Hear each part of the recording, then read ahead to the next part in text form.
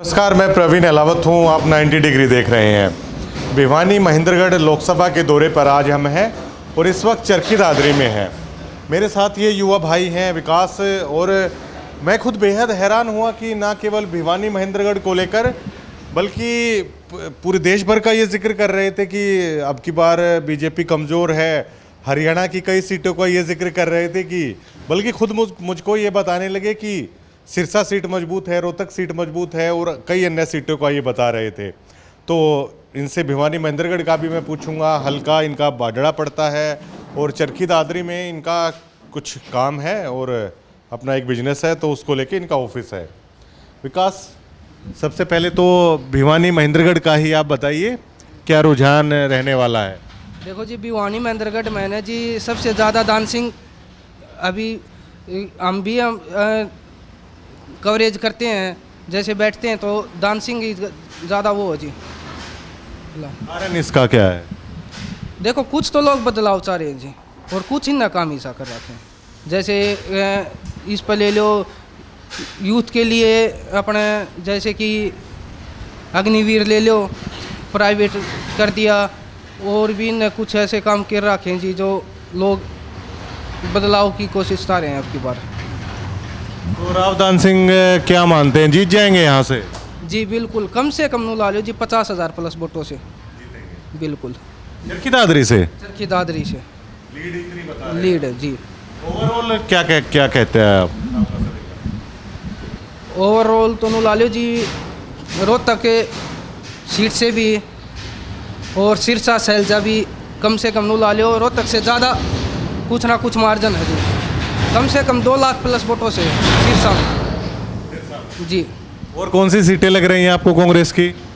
और करनाल भी है, बूदी राजा भी कम से कम ला लो जी 40,000 प्लस वोटों से जीते वहाँ पे भी कांग्रेस का जी। राष्ट्रीय राजनीति में केंद्र में क्या देख रहे हैं मोदी का? राष्ट्रीय राजनीति में तो राहुल या मोदी में क्या फर्क है? 400 पार ये हैं?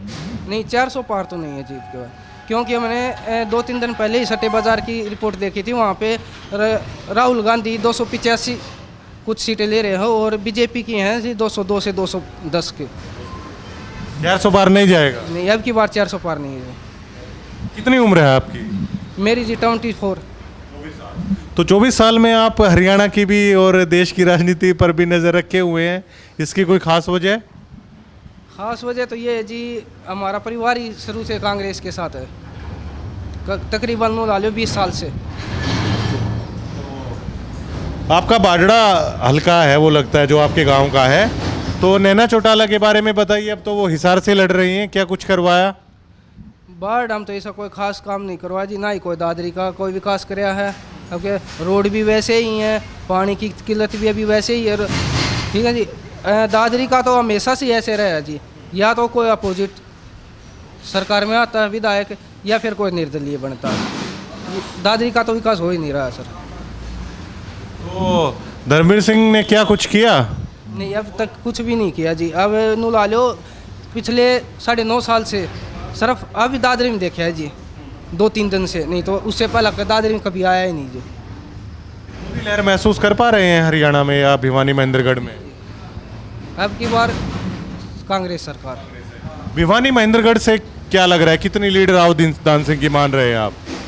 ला लो जी, भिवानी महेंद्रगढ़ के से कम 1.5 लाख वोटों से दोनों जगह बिल्कुल। कई गांवों में मैंने पीछे सुना, जैसे बिलोटा में सुना, समसपुर माजरा में, तो कह रहे थे कि पिछली बार धर्मवीर सिंह तो ये कह के गए थे कि आप बेशक से वोट मत दो, नहीं चाहिए, मैं फिर भी जीतूंगा।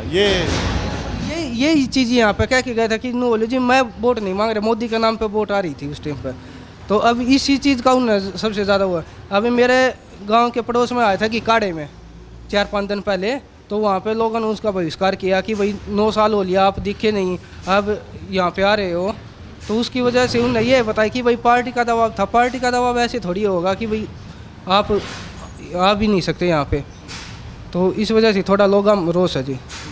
वैसे राव इंद्रजीत तो धर्मवीर सिंह के नामांकन में तो नहीं आए, अब कहा जा रहा है जनसभा वो करेंगे, उससे यादव वोट बैंक फिर किस तरफ जाएगा? देखो जी, यादव वोट बैंक तो फिलहाल तो इसके साथ ही दान सिंह के साथ ही, और दान सिंह के साथ ही रहेगा जी। इतना कोई खास फर्क नहीं पड़ता जी इंद्रजीत के साथ। ये किस आधार पे आप कह रहे हैं कि नहीं फर्क पड़ेगा, रावदान सिंह के साथ ही है यादव वोट बैंक? पता जी जो पहले इसका दान सिंह के साथ आने के लिए उन्हें संभावना बनाई थी, लेकिन अब धर्मवीर के साथ जा रहे हैं तो लोग भी तो ये चीज़ सोचते हैं ना कि भी एक भाई उस साइड एक भाई उस साइड, तो कुछ ना फर्क तो पड़ता है जी। बीजेपी के राव बहादुर वे तो अपने साथ हैं जी, उनकी टेंशन होते ले। आपके साथ कैसे? और वे तो प्रचार भी अभी नुकसान ला रहे हैं कि मैंने अभी 2 दिन पहले खबर सुनी है कि शायद इसके दान सिंह के साथ ही वापस विलय हो जाए। ये चल रहा है यहाँ पे। जी जी। तो किरण चौधरी मदद कर रही हैं या वो क्या क्या रुझान देखने को मिल रहा है? नहीं करेंगी जी, किरण चौधरी बिल्कुल मदद करेंगे।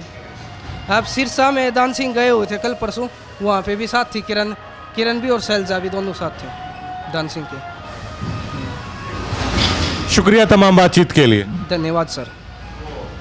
ये विकास थे और राष्ट्रीय राजनीति पर भी ये कह रहे हैं कि मतलब 400 पार कहाँ 200 के समथिंग रहने वाले हैं। और कई लोगों ने मुझे ये बताया कि जो रावदान सिंह की यहाँ से जो जीत बचाई जा रही है ना वो 1.5 लाख के समथिंग है बताई जा रही है। और विकास भी ये मानते हैं कि रोहतक भी, सिरसा भी, भिवानी महेंद्रगढ़ है वो कांग्रेस की मजबूत है। करनाल की बुद्धि राजा से की ये कह रहे हैं कि वो भी मजबूत है। और ये जिक्र चल रहा है, अब जैसे रोहतक लोकसभा में हम रहते हैं तो ये जिक्र चलता है कि भिवानी महेंद्रगढ़ से कांग्रेस की सीट आ रही है। जब हम भिवानी महेंद्रगढ़ लोकसभा क्षेत्र में आते हैं तो इन लोगों को ये पता है रोहतक की सीट आ रही है, सिरसा की सीट आ रही है। जो एक सिनेरियो बन रहा है ना, एक जोश जो बन रहा है कि पिछली बार जो 10-0 हुआ था ना वो नहीं है, तो कहीं ना कहीं ये कांग्रेस के लिए एक बेहद बूस्ट मिलने वाली सिचुएशन है।